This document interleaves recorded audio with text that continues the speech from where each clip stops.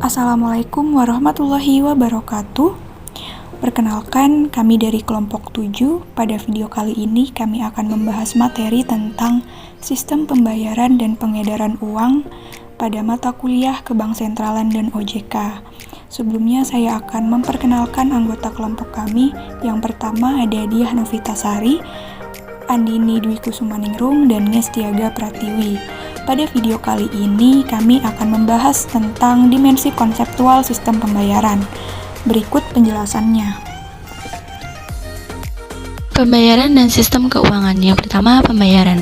Pembayaran adalah kewajiban yang harus dibayarkan dalam suatu transaksi dan harus sesuai dengan nilai atau harga dalam suatu kesepakatan atau tunggakan hingga batas waktu atau jatuh tempo.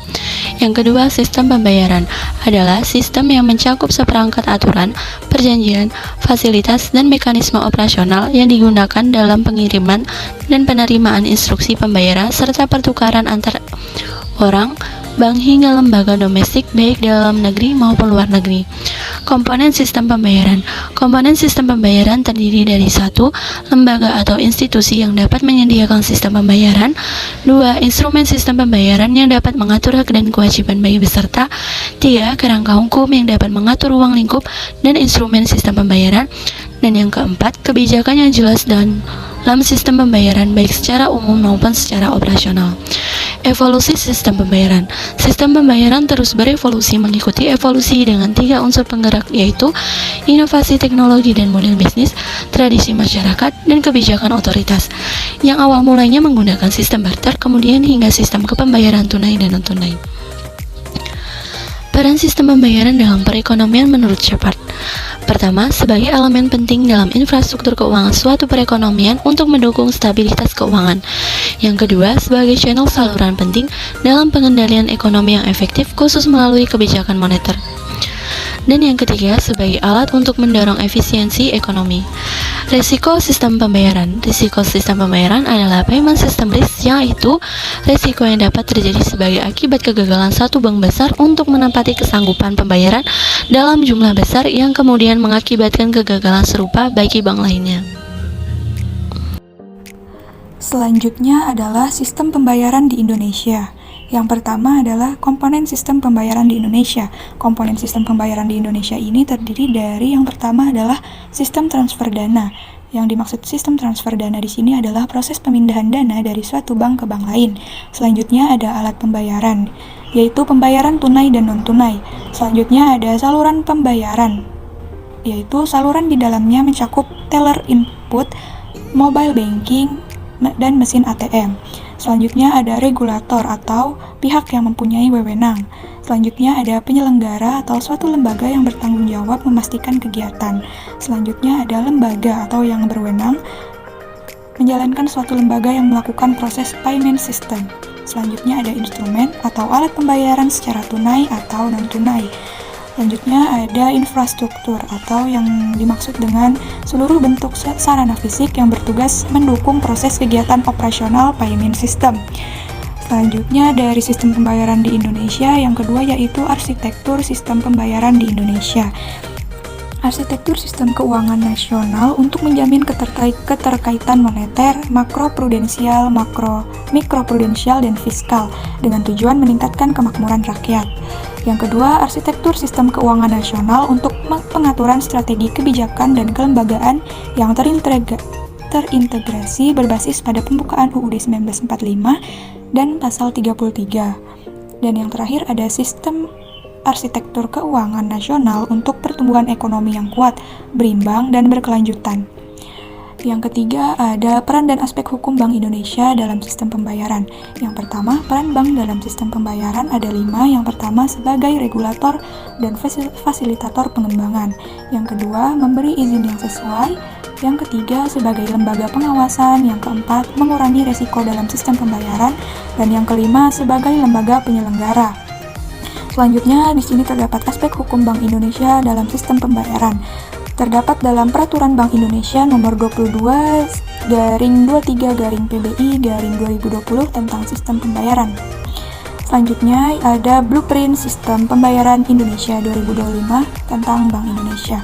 BSPI 2025 adalah arah kebijakan sistem pembayaran Bank Indonesia untuk menavigasi peran industri sistem pembayaran di era ekonomi dan keuangan digital. Blueprint berisi 5 visi sistem pembayaran Indonesia 2005 yang dilaksanakan oleh 5 working group, yaitu open banking, sistem pembayaran retail, sistem pembayaran nilai besar, dan infrastruktur, pasar keuangan, data, dan digitalisasi, dan reformasi regulasi, perizinan, dan pengawasan. BSPI 2025 akan diwujudkan melalui 23 key deliverables yang akan diimplementasikan secara bertahap dalam kurun waktu tahun 2019 sampai dengan 2025. Pengelolaan uang rupiah di Indonesia. 1. Konsep uang dan peranannya dalam perekonomian. Uang merupakan media yang digunakan untuk memperlancar transaksi ekonomi dalam kehidupan manusia. Dalam ekonomi, uang memiliki fungsi utama sebagai alat tukar atau medium of exchange dan alat satuan hitung atau unit of account. Meskipun pada prakteknya tetap diperbolehkan untuk menggunakan uang sebagai penyimpanan nilai dan standar pembayaran, tetap menganggap uang hanya sebatas alat tukar, bukan komoditas yang diperdagangkan. 2. Peran Bank Indonesia dalam pengelolaan uang rupiah. Sesuai Undang-Undang Nomor 7 Tahun 2011 tentang mata uang, Bank Indonesia memberikan tugas dan kewenangan pengelolaan uang rupiah mulai dari tahapan perencanaan, pencetakan, pengeluaran, pengedaran, pencabutan, dan penarikan sampai dengan pemusnahan. Pengelolaan uang rupiah dilaporkan Bank Indonesia secara periodik setiap 3 bulan kepada Dewan Perwakilan Rakyat Republik Indonesia. Yang ketiga, tahapan pengelolaan uang di Indonesia. Yang pertama yaitu perencanaan. Perencanaan uang rupiah merupakan suatu rangkaian kegiatan yang menetapkan besarnya jumlah dan jenis berdasarkan perkiraan kebutuhan rupiah dalam periode tertentu. Yang kedua, ada pencetakan. Pencetakan uang rupiah merupakan satu rangkaian kegiatan mencetak uang rupiah yang dilakukan oleh Bank Indonesia berdasarkan rencana cetak dalam periode tertentu. Yang ketiga, pengeluaran. Pengeluaran uang rupiah merupakan suatu rangkaian kegiatan menerbitkan rupiah sebagai alat pembayaran yang sah di wilayah negara kesatuan Republik Indonesia. Yang keempat, pengedaran. Pengedaran uang rupiah merupakan suatu rangkaian kegiatan mengedarkan atau mendistribusikan rupiah di wilayah negara kesatuan Republik Indonesia. Yang kelima, ada pencabutan atau penarikan. Pencabutan dan penarikan uang rupiah merupakan suatu rangkaian kegiatan yang menetapkan rupiah tidak berlaku lagi sebagai alat pembayaran yang sah di wilayah negara kesatuan Republik Indonesia. Dan yang nomor 6 yaitu pemusnahan. Pemusnahan uang rupiah merupakan suatu rangkaian kegiatan meracik, melebur, atau cara lain memusnahkan rupiah sehingga tidak menyerupai rupiah.